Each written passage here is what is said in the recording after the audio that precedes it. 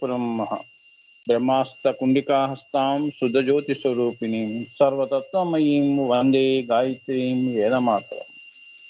नमस्ते भुवनेशानि नमस्ते प्रणवात्मिके सर्ववेदांत संसिद्धे ह्रींकारमूर्तये अग्रबिंदु परिकल्पिताननां मध्यबिंदु युगलस्तनद्वयीं पार्श्वबिंदु रचना गुणस्पदां नवमिते परशिवे परां कलाम् कामेश्वरीं परां मीडेकादिहादिस्वरूपिणीं मातृकावर्णलिप्तांगीं महाश्रीचक्रमध्यगां महात्रिपुरसुंदरीं ओम ओम ओम ह्रीं ह्रीं ह्रीं दत्तोऽहं सोऽहं शिवोऽहम् ओम हुम हुम ओम ह्रीं हुम ओम ह्रीं ओम हुम हुम ओम अखंडात्म परचिद्घन निसर्ग दत्त ओम निसर्गात्म परचिद्घन अखंड दत्त ओम परानंद चिन्मय घन ब्रह्म दत्त ओम विराट स्वराट साम्राट घन विष्णु दत्त ओम सर्ग स्थिति लयानंद त्रिपुर दत्त ओम सार्वत्रिक चक्रेश्वरी सादाख्यसी ललित ओम निरंजन निर्विकल्प निस्तुल घन नित्य दत्त ओम मायांतरात्म माया घन मोक्ष दत्त ओम मृत्योर मृत्यु मृत्युंजय मिहिर दत्त ओम पूर्ण ब्रह्म परिचिति गण ज्ञान दत्त ओम विश्वरूप चक्षुर्गण विजय दत्त ओम ओम ओम ओम ओम ओम गुरु कृपा ही केवलम मातृ कृपा ही केवलम अम्मा जय गुरुदेव नाన్న అందరికీ అమ్మవారి ఆశీస్సులు మనమంతా కూడా మౌనమే శ్రీచక్రము చాలా అదే మహాశ్రీచక్రం మహామౌనంలోనే అన్ని తెలుసుకుంటాం అంటే ఇవరి సృష్టి కూడా అదేనమ్మా మౌన మేధా దక్షిణామూర్తి మౌనమే దాని యొక్క రచనే దాని యొక్క భాష్యమే దాని యొక్క నాదమే ఈ శ్రీచక్రం అంటే ఇవాళ నామము 6వ నామము నాన్న ఈ నామము ఒకసారి గుర్తు చేసుకో మకుటాకారము ఇవన్నీ చెప్పాను మాణిక్య మకుటాకార జానుగ్రహ విరాజితలో 6వ గుప్త నామము రజా రజా అంటే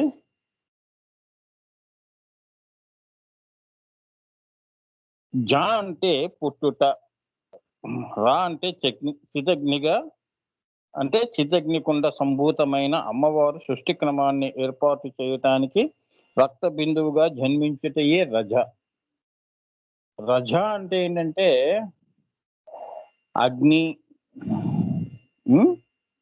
చితగ్ని అమ్మవారి చితగ్ని స్వరూపం కదా ఆమె చిత్ స్వరూపము చిద్రూపిణి అంటారు చిదాత్మ సచితానంద ఆనంద ఘన స్వరూపం కదమ్మా సో అదే చిదాత్మ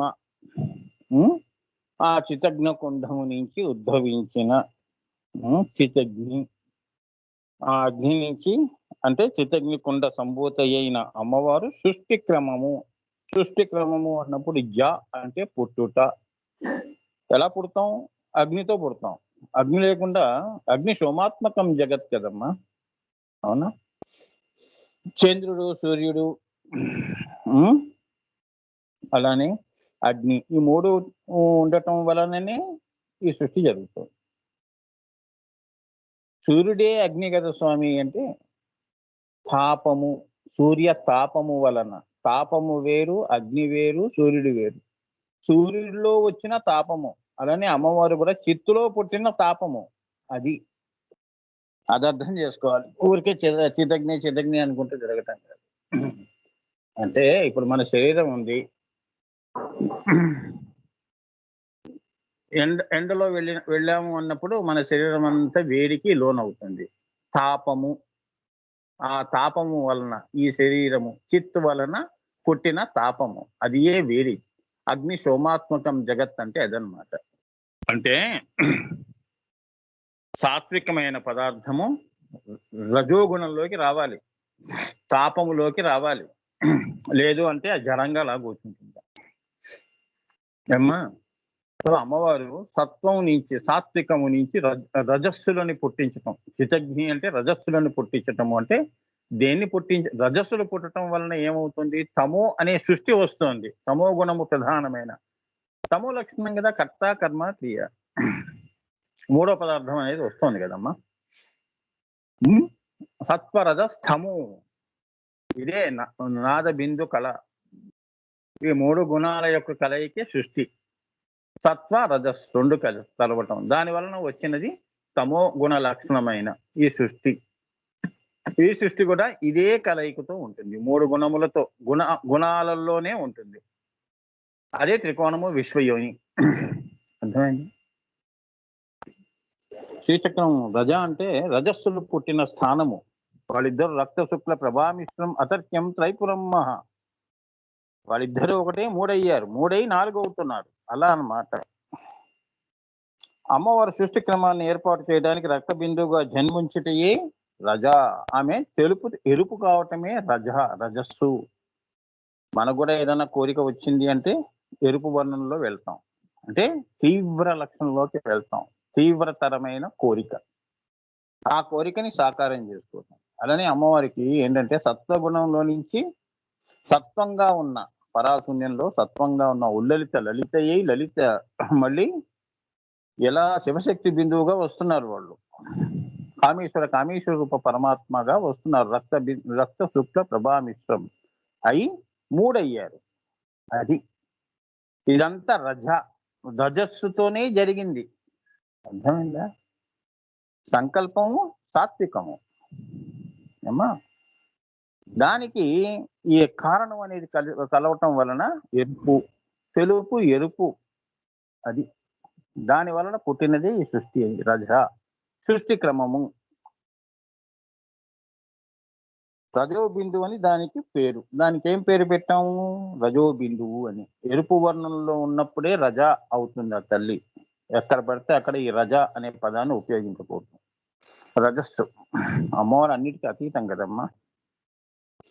సృష్టిక్రమంలో ఆమె గుణాల్ని సృష్టించుకుంటూ, త్రికోణాన్ని విశ్వయోని సృష్టించుకుంటూ, ఆకాశాన్ని సృష్టించుకుంటూ, ఈ భూతాకాశాలు, ఈ పాంచభౌతికమైన ఈ 14 లోకాలు పంచభూతాలతో ఈ సృష్టి చేయటం కోసం ఆమె రజ అయింది. రజో బిందువు అని దానికి. ఈ రజో బిందువుని శోణిత బిందువు అంటారు. శ్రోణిత కాదు, శుక్ర శ్రోణిత. ఉత్తి శోణిత గుర్తుంచుకోండి. షోకి అంత తేడా ఉంది. సో శోణిత బిందువు అంటారు. కాబట్టి రజ అంటే ఏంటంటే శోణిత అన్న లక్షణం అన్నమాట. అంటే రక్త బిందు లక్షణము అని. ఎరుపు దేనికి సంకేతము? పుట్టుట. రజ. సూర్యుడు ఉదయమే ఎర్రగా ఉదయిస్తాడు కదమ్మా. మనందరం మళ్ళీ రాత్రంతా పడుకున్న వాళ్ళు ఒక్కసారి చెట్లు కూడా పడుకున్నా ఈ యొక్క ఎరుపు వర్ణంతో అందరిలో కూడా చైతన్యం అనేది వస్తుంది. అంటే సృష్టి అంటే సుషుప్తి అవస్థలో ఉన్న సృష్టి ఒక్కసారి జాగృతం అవుతోంది అని. రక్తబిందు లక్షణం అదనమాట, అందరినీ జాగృతం చేస్తుంది. ఇక్కడికి ఈ రజ అనేది పరిసమాప్తమైందమ్మా. సో సృష్టి ఎలా అయింది? ఇప్పుడు రజ అంటే ఏంటంటే, రా అంటే చిదగ్ని, జ అంటే పుట్టుట. ఆమె రక్త బిందువుగా పుట్టింది. అంటే ఏంటంటే త్రికోణంలో రక్త బిందువై ఆమె అక్కడి నుంచి ఈ యొక్క సృష్టి క్రమాన్ని మొదలు పెట్టింది అని రజ అంటే. ఇప్పుడు 7 అనుద్వయము, 7వ నామము గుప్త నామము. అనుద్వయం అంటే శుక్ల రక్త బిందువులు ఒకటిని విడిచి ఒకటి ఉండవు. అంటే ఇప్పుడు కార్యకారణాలు ఎలా ఉంటాయి? కలిసి ఉంటాయి. అదే వాక్కు అర్థము వేరువేరుగా ఉండవు కదా. ముందు ఇప్పుడు నేను మాట్లాడుతున్నవన్నీ కూడా, ఈ మాటలన్నీ కూడా పొడి మాటలన్నిటిలో కూడా తడి అనే అర్థం కలిసి ఉంది కాబట్టి మీకు నేను చెప్తుంది అర్థం అవుతుంది. అవునా? లేదంటే ఉట్టి మాటలే మాట్లాడితే చిన్నపిల్లలు మాట్లాడినట్టు ఉంటుంది. వాడు ఏం చెప్తున్నాడో మనకే అర్థం లేదు. అవునా? పొడి మాటలు అందులో ఈ అర్థం కలిసింది అనుకో, వాక్కులో అర్థం కలవటం. అందుకే వాళ్ళిద్దరూ ప్రథమ మిథున జంట అన్నారు. అమ్మా ఈం శ్రీం అయింది. మొదటిగా ఆ నాదం నాద బిందు కళ. నాదం ఏమైంది? బిందువు అయింది. బిందువు నుంచి కళ వచ్చింది. ఏం కళలు? ఇదిగో ఈ 14 లోకాలు కళలు. ఆమె కళలు. ఆమె చేసిన సృష్టి ఎందులో నుంచి చేసింది? నా పరానాదం నుంచి పరా పశ్యంతి మధ్యమ వైఖరి దాకా కూడా ఆ నాదం బిందువై అన్ని చోట్ల శ్రీచక్రంలో అన్ని మొత్తం 45 కోణాల్లో కూడా బిందువు ఉంటుంది. వారి కలయిక ఉంటుంది అని. ఈ లోకంలోనే ఈ కలయిక ఉంటుందని కాదు, 14 లోకాల్లో కూడా బిందువు నుంచి భూపురాజు రేఖల వరకు కూడా త్రికోణం చూస్తే అన్ని త్రికోణాల్లో వారి యొక్క సమరస సమలీన సంయోగము, అదే ప్రథమ బిందు ప్రథమ మిథున జంట యొక్క లక్షణం. తల్లి ఎక్కడుంటే తండ్రి అక్కడ ఉంటాడు, తండ్రి ఎక్కడ ఉంటే తల్లి అక్కడ ఉంటుంది. ఇది లేకుండా అది లేదు, అది లేకుండా ఇది లేదు. వెలుతురు చీకటి, సుఖము దుఃఖము జంటలు జంటలుగా ఉంటారని. అనుద్వయం, ద్వయము అంటే రెండు, అనుసరించి ఉండటం. అనుద్వయము అంటే అనుసరించి ఉంటారు వాళ్ళు ఎప్పుడు సృష్టిలో. ఆ నుంచి మొదలుపెట్టి అహా దాకా కూడా వాళ్ళిద్దరూ ఉంటారు. అందుకే భక్త ప్రహ్లాదుడు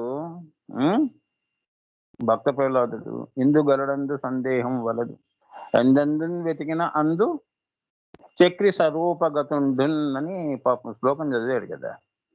మరి ఆ భక్త ప్రహ్లాదుడికి అంత చిన్న వయసులోనే ఇది అనుభూతి చేసుకొని ఆసువుగా చెప్పిన శ్లోకం తండ్రికి. అవునా? హిరణ్యకశిపుడికి చెప్పాడు కదా, ఇక్కడ ఉంటాడా అక్కడ ఉంటాడా అంటే ఎక్కడ పడితే అక్కడ ఉంటాడు, ఆయన లేని స్థానమే లేదని. ఆయన ఎక్కడ లేడు అనేది అడుగు, అంతేగాని ఇక్కడ ఉంటాడా అక్కడ ఉంటాడా అనేది లేదు. అన్ని చోట్ల కూడా చక్రి సర్వోపగతుండు, సర్వావస్థల్లోనూ కాలదేశ చైతన్యాల్లో ఈ సృష్టిలో ఎక్కడైనా ఆయన ఉంటాడు. ఆయన్నే నిండి ఉన్నాడు. సూర్యుడి యొక్క కిరణాలు ఈ సృష్టి అంతా ఎలా నిండి ఉందో అలా నిండి ఉన్నాడు. నువ్వు తలుపులు వేసుకొని ఇంట్లో కూర్చున్నా కూడా ఆయన కిరణం ఉంటుంది. అది చెప్తున్నాడు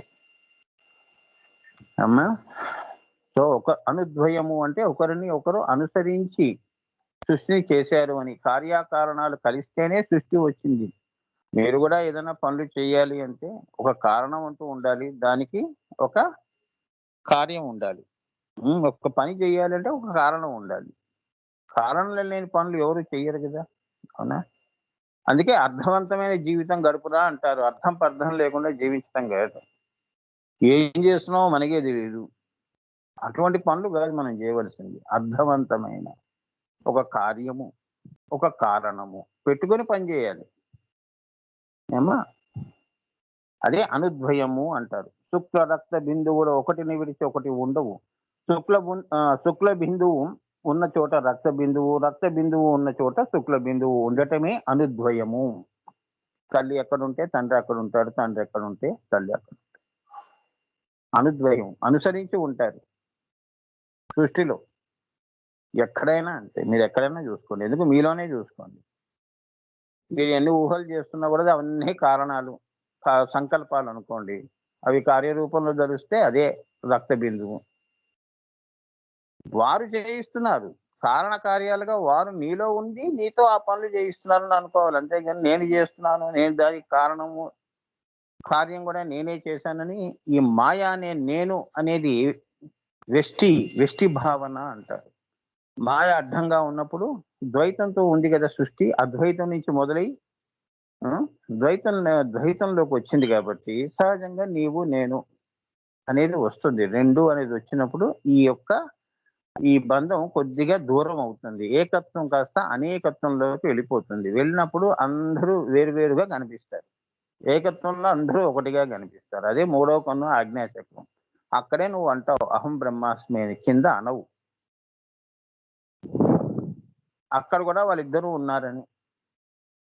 ఇంకా పైకి వెళ్ళినా ఇద్దరు ఉంటారు అనుద్వయంగా. హ్రీం బీజంలో కూడా ఉంటారు, అష్టకోణ చక్రంలో, అవ్యక్తంలో ఉంటారు, త్రికోణంలో ఉంటారు, బిందువులో ఉంటారు, పరాశూన్యంలో కూడా ఇద్దరు ఒకటైపోతారు.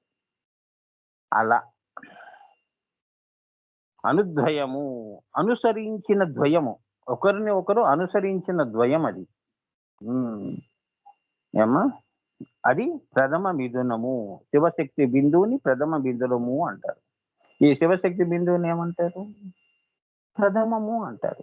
ప్రథమ తాంబూలము అని మనం ఇస్తున్నాం కదా పెద్దలకి. నోములు గాని, వ్రతాలు గాని చేసుకున్నప్పుడు ప్రథమంగా ఎవరికి ఇస్తాము? శ్రీకృష్ణుడికి ఇచ్చాడు కదా. ఆయనే ప్రథమము. ఆయనే శివశక్తి స్వరూపం. కామేశ్వర రూప పరమాత్మ యొక్క స్వరూపమే శ్రీకృష్ణుడు. ఆయనే కారణము. ఆయనే కారణం. కార్యము కారణము ఆయన్నే. ఆయనే చెప్పుకున్నాడు కదా. మరి నేను చెప్పేది ఏముంది? భగవద్గీతలో ఏం చెప్పాడు? చేయించేది నేనే, చేయువాడిని నేనే, సంహరించేది నేనే, అన్నిటికీ నేనే కారణం అన్నాడు కదా భగవద్గీతలో. మరి అది శివశక్తి స్వరూపమే కదా. కార్యకారణాలు కృష్ణుడిలోనూ ఉన్నప్పుడు ఆయన శివపార్వతుల యొక్క స్వరూపమేగా శ్రీకృష్ణ భగవానుడు. ఎవరైనా చూడండి మీరు అవతార పురుషుల్లో ఈ కార్యకారణాలు ఇవే ఉంటాయి. ఉదాహరణగా కృష్ణుడిది చెప్పాను, రాముడిది కూడా అంతే. అనుద్వయము వాళ్ళల్లో ఎప్పుడూ ఉంటుంది. రామాయణంలో కూడా అనుద్వయం ఉంటుంది, మనలోనూ ఉంటుంది. అమ్మా, ఇది మర్చిపోతేనే మనం ఈ అనుద్వయాన్ని ప్రథమ మిథున జంటని మర్చిపోతేనే, మాయ ఆవరిస్తేనే అవతార పురుషులు భూమి మీదకి వస్తారు గుర్తు చేయటానికి.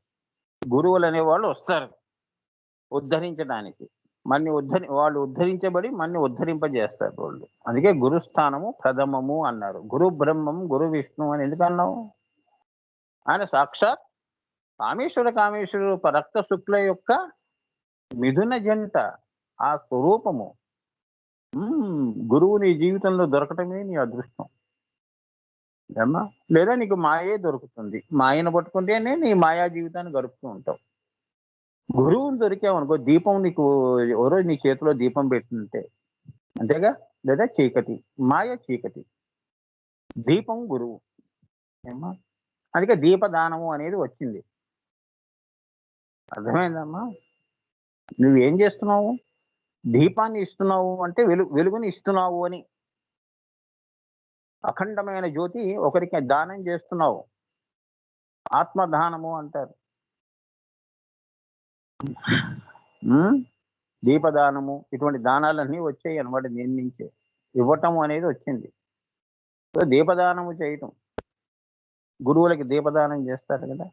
అంటే వారి యొక్క వ్యక్తితో కూడుకున్న ఆత్మలన్నీ గురువుకి ఇచ్చి దీన్ని అఖండము చెయ్యి స్వామి, నీ అఖండమైన లక్షణంలో, కార్యకారణ లక్షణంలో మమ్మల్ని కలుపుకో అని ఆ యొక్క ఇన్ని అనేకమైన దీపాలన్నీ అఖండం చేసే గురువు ఆయన. అందుకే అమ్మవారు, అయ్యవారు వాళ్ళు ప్రథమ మిథున జంట.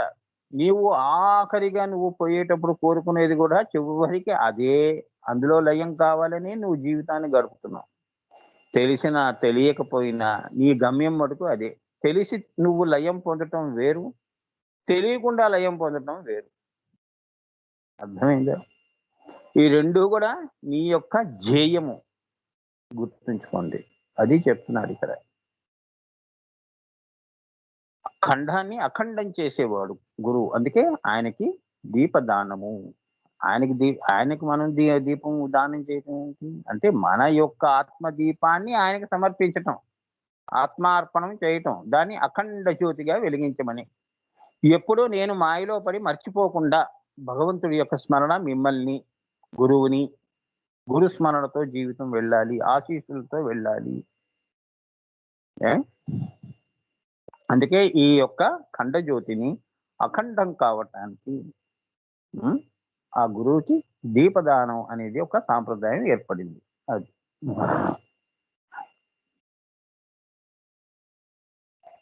బిందు వికసనము చేత వచ్చిన త్రికోణములోని బిందువు వికసించినప్పుడు ఈ తెలుపు ఎరుపు అనేవి శివశక్తి బిందువు వికసించటము అంటే విస్తారం కావటం. నీళ్లు ఒక్కసారి గుమ్మరిస్తే ఎలా వస్తుంది? విస్తారం అవుతుంది. అలానే ఇది అమ్మవారి కాంతి త్రికోణంలో 3 త్రికోణంగా విస్తరింపబడిందనమాట. ఆ 3 శీర్షాల్లో బ్రహ్మ, విష్ణు, మహేశ్వరులు, మధ్యలో వారు. ఆ మధ్యలో ఉన్న ప్రదేశం అంతా లయాస్థానము అంటారు, లయము అంటారు. బ్రహ్మ సరస్వతి ఇగో ఎక్కడెక్కడ వీళ్ళు ఉంటారు. బిందు వికసనము చేత వచ్చిన త్రికోణములోని శీర్షములో బ్రహ్మ సరస్వతి, కుడి కోణములో విష్ణువు, లక్ష్మి ఎడమ కోణములో ఆ విష్ణువు లక్ష్మి కుడి కోణములో ఏమా శివ పార్వతి ఎడమ. ఈ రీతిగా శ్రీచక్రమునందు త్రిమూర్తి స్వరూపంగా ఉన్నది. మధ్యలో సదాశివుడు, శక్తి, పరాశక్తి ఉన్నారు. ఆ మధ్య ప్రదేశం అంతా లయా ప్రదేశము. అది విశ్వయోని యొక్క చిన్న వర్ణన. ఏమా ఇది లయాస్థానం. అది విశ్వయోనికి సంకేతము. అది ప్రథమ మిథునానికి సంకేతము. అది రజస్సులకి సంకేతము. అమ్మా రజ అన్నారు కదా, అలానే అనుద్వయము అన్నారు కదా. అలా జంటలు జంటలుగా అక్కడి నుంచి వాళ్ళు కిందకి వచ్చారు అని, బ్రహ్మ విష్ణువులుగా వచ్చారు. విస్తరిస్తున్నప్పుడు ఆ శివ పార్వతులే బ్రహ్మ సరస్వతులు అయ్యారు, విష్ణువు లక్ష్మి అయ్యారు. అలా చెప్తున్నాడు. జంటలు జంటలుగా ఈ సృష్టి వచ్చింది మన వరకు. 2 కళ్ళు 2 చెవులు మీరు ఎలా అంటారు, అన్ని జంటలుగా ఉంటాయి. మరి బీజము ఉన్న చోట అంకురం ఉంటుంది. బీజములో అంకురం ఉంది, దాగి ఉంది. అది కారణము. వచ్చే చెట్టు అందులో నుంచి భూమి మీద వేస్తే చెట్టు వస్తుంది కదా, అది అంకురం అవుతుంది. అది కారణము. అది అలా జంటలు జంటలుగా ఎక్కడ ఎవరి ఏ జంట చూసినా కూడా అది అమ్మవారి యొక్క కామేశ్వర రూప పరమాత్మ యొక్క కారణ కార్యాల యొక్క రూపముగా మీరు భావించాలి. అంతేగాని నామములుగా వీళ్ళు వేరు, ఈ జంట వేరు, ఆ జంట వేరు అని అనేక జంటలను చూసి నువ్వు మాయలో పడద్దు. అది చెప్తున్నాడు ఇక్కడ. సృష్టిని కార్యకారణాలుగానే చూడండి, అంతేగాని వస్తు గుణోపేతంగా మీ దృష్టి ఉండకూడదు. ఆ జంట బాగున్నారండి, ఈ జంట బాగున్నారండి. ఎన్ని జంటలు ఉంటాయి? ఉన్నది ఒకటే జంట, ప్రథమ జంట శివపార్వతులు. అది మాటల్లో అంటాం వాళ్ళు శివపార్వతుల్లో ఉన్నారని, కానీ శ్రీ విద్య తెలుసుకోం. ఎందుకన్నాం ఈ మాట అని దాని వెనకున్న అర్థం మనకి తెలియదు, కానీ కారణం గురించి మటుకు తెలుసు. అది చెప్తున్నారు. ఇది తెలుసుకోవటం కాదు, ఇది ఏంటంటే స్వానుభూతి చేసుకోవాలి. ధ్యానపరంగా చేసుకున్నప్పుడు ఏకత్వం అనేది వస్తుంది. అదే అద్వైత సిద్ధి అంటారు. మూడో కని దగ్గరకు నువ్వు రావటమే నీకు ఇవో ఈ లలితా సహస్రనామ గుప్తనామాలు నీకు తోడ్పడతాయి. ఇది జ్ఞానపరంగా తెలుసుకొని దీన్ని ధ్యానించమని. ఆ ధ్యానం దాన్ని పండించుకుంటే అది యోగం అవుతుంది. యోగము అంటే కలయిక. నదికి సముద్రంలో కలవటం యోగం, అవునా? నీరంతా వెళ్ళి ఆకాశంలో మళ్ళీ కరిగిపోవటం, మళ్ళీ ఋతువుల ప్రకారంగా మళ్ళీ వర్షించటం, అంతా కూడా కలయిక. యోగమే ఉంది సృష్టిలో. ఎక్కడ చూసినా కూడా అన్ని కలిసిపోతున్నాయి. అన్ని మనం పోయిన తర్వాత కూడా మన శరీరం మట్టిలో కలిసిపోతుంది. యోగము. దీని కర్మానుసారంగా ఏది వెళ్ళాలో అవన్నీ వెళ్ళిపోతున్నాయి అమ్మా. మరి నువ్వు మాయను పట్టుకుని ఇది శాశ్వతం అని ఎలా అంటావు? అయ్యో, నాలో ఉన్న ఆత్మయే శాశ్వతము, అది ఏ శాశ్వతము, అదే కామేశ్వర రూప పరమాత్మ జంట, అదియే నేను అని నువ్వు తెలుసుకున్నప్పుడే నీకు ఆ ధ్యానము యోగం అవుతుంది. అబ్బా, యోగం పట్టిందిరా, రాజయోగం పట్టింది. రాజయోగము అంటే రాజగుహ్య విద్య. ఈ శ్రీ విద్య అంతా నీకు అర్థమైందని, అనుభూతి అయిందని. అర్థమే కాదు, అనుభూతి కూడా, స్వానుభూతి అవటం అమ్మా, యోగం కావటం. మూడో కొన్ని దగ్గర నువ్వు యోగం పొందాలి, యోగాస్థితి నీకు రావాలి అని.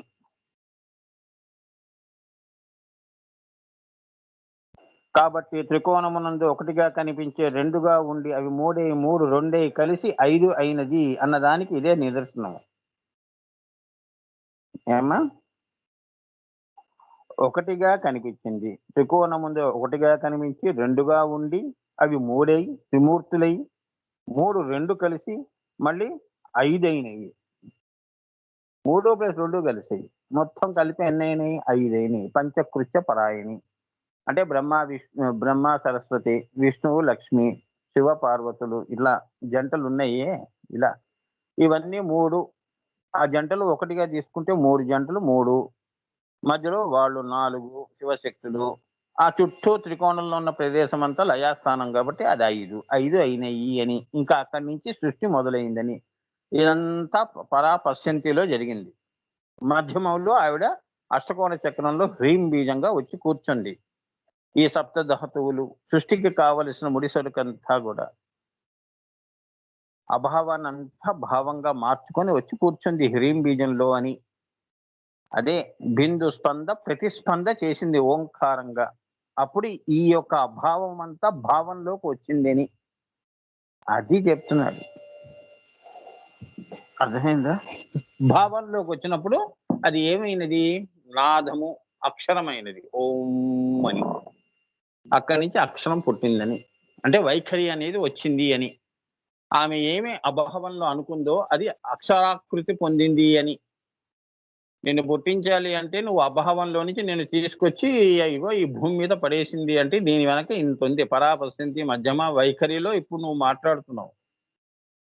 నీ వెనక చరిత్ర ఇంత ఉంది. ఇదే ఆటోబయోగ్రఫీ, నీ ఆత్మకథ. అది అసలైన ఆత్మకథ. అంతేగాని వ్యవహారాలు చేసుకుంటూ భూమి మీద మనం చేసిన ఘనకార్యాలన్నీ కూడా రాసుకోవటం కాదు ఆటోబయోగ్రఫీ అంటే. మనం ఎక్కడి నుంచి వచ్చామో, ఎక్కడ మళ్ళీ వెళ్ళిపోతున్నామో అదే అసలైన ఆత్మకథ. అదే అసలైన నీ యొక్క జీవన ప్రయాణం. అనంత యాత్ర అంటారు. అనంతమైన యాత్ర. ఎక్కడి నుంచి? అనంతము అంటే పరాశూన్యము నుంచి నువ్వు ఇక్కడ పడినప్పుడు ఇదంతా అనంత యాత్ర. పైనుంచి అంత యాత్ర చేసుకుంటూ కిందకు వచ్చావు. మళ్ళీ కింద నుంచి అంత మూలాధారం నుంచి నువ్వు మళ్ళీ ఇవన్నీ అంత యాత్ర అంటే ధ్యానము చేసి, యోగము చేసి, 4 మహావాక్యాలు అనుభూతి చేసుకుంటే రాజరాజేశ్వరి స్థితికి వెళ్ళి అక్కడి నుంచి లలిత స్థితికి పొంది నిర్వికల్పంలో వెళ్ళటం. మరి ఇదంతా పెద్ద యాత్ర కదమ్మా. మనం ఏం చేసాం యాత్రలు చెప్పండి? అసలైన యాత్ర పక్కన పెట్టాం ఏమ్మా. స్థూలంగా మనం ఏదైతే అనుకున్నామో అక్కడికి వెళ్తున్నాం. అక్కడ ఆ యాత్రలు ఎక్కువ చేస్తున్నాం. ఇది ప్రతివాడి యొక్క అందరి ఆత్మకథలు ఒకటే.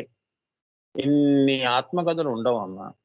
ప్రతి మనిషి కూడా ఏకము అనేకంగా ఈ వైఖరిలోకి వచ్చినప్పుడు అందరూ రాసుకోవలసిన ఆత్మకథ ఏంటంటే ఇదే. నిజంగా రాయాలి అంటే ఇంతకంటే ఇంకేం రాస్తావు చెప్పు ఆత్మకథలో?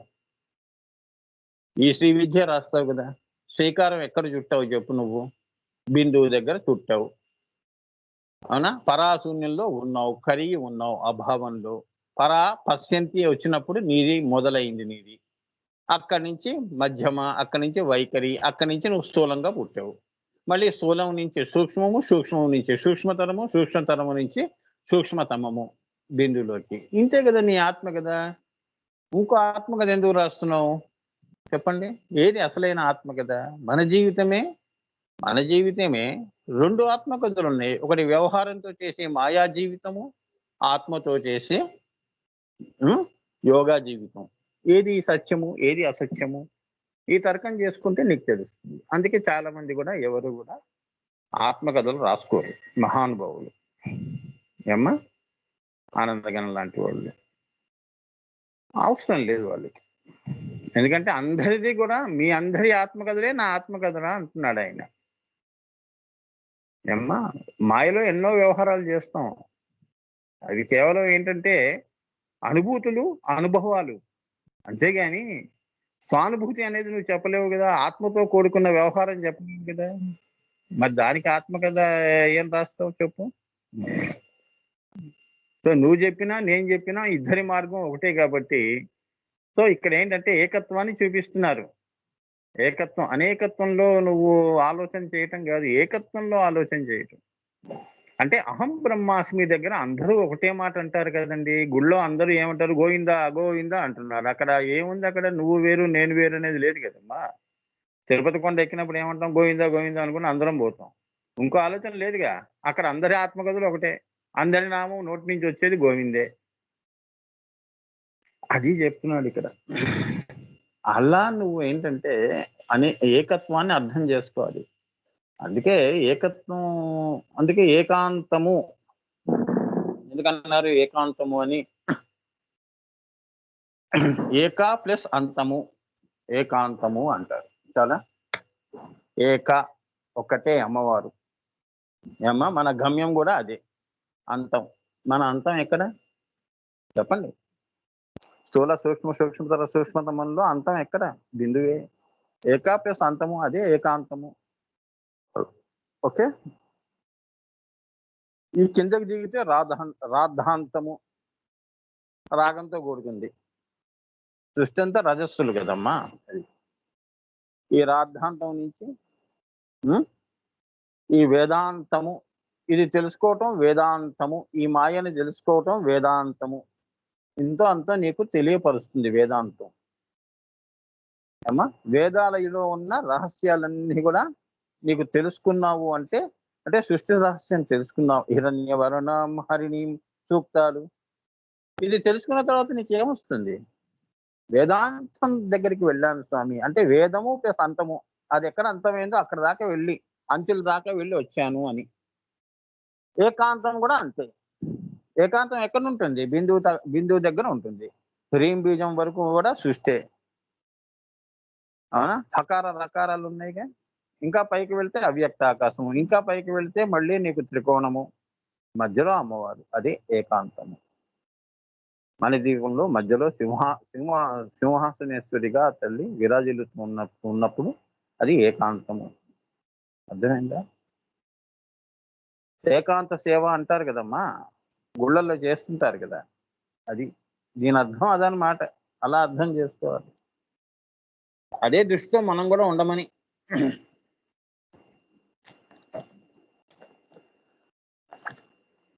సో అందుకే ఏకం ద్వే త్రిని చత్వారి పంచషట్ అని వేద మంత్రం ఉంది. ఏంటది? ఏకం ద్వే త్రిని, ద్వే రెండు, మూడై, చత్వారి నాలుగై, పంచాషట్ ఐదైంది అని. 5 ఆకాశాలు, 6వ ఆకాశంగా ఇగో ఈ స్థూల సృష్టి వచ్చింది అని. ఈ ఐదుగురు దేవతలు, ఈ అమ్మవార్లు అయ్యవార్లు నుంచి ఈ సృష్టి వచ్చింది అని. ఏకం ద్వే త్రిని చత్వారి పంచాశత్ అని వేద మంత్రం. ఇది సూత్రము. వేద మంత్రము అంటే ఏంటంటే ఇది ప్రిన్సిపుల్. ఇది మర్చిపోయావు అంటే నువ్వు ఈ జన్మకే కాదు ఏ జన్మకి అయినా కూడా నువ్వు ఎన్ని పూజలు చేసినా కూడా రహస్యం తెలియకుండా, అర్థం తెలియకుండా ఏది చేయకూడదు. అందుకని అర్థం పర్థం లేకుండా మాట్లాడకండి అంటారు. అర్థం తెలుసుకొని మాట్లాడాలి. మూలం తెలియకుండా ఏం మాట్లాడతాం?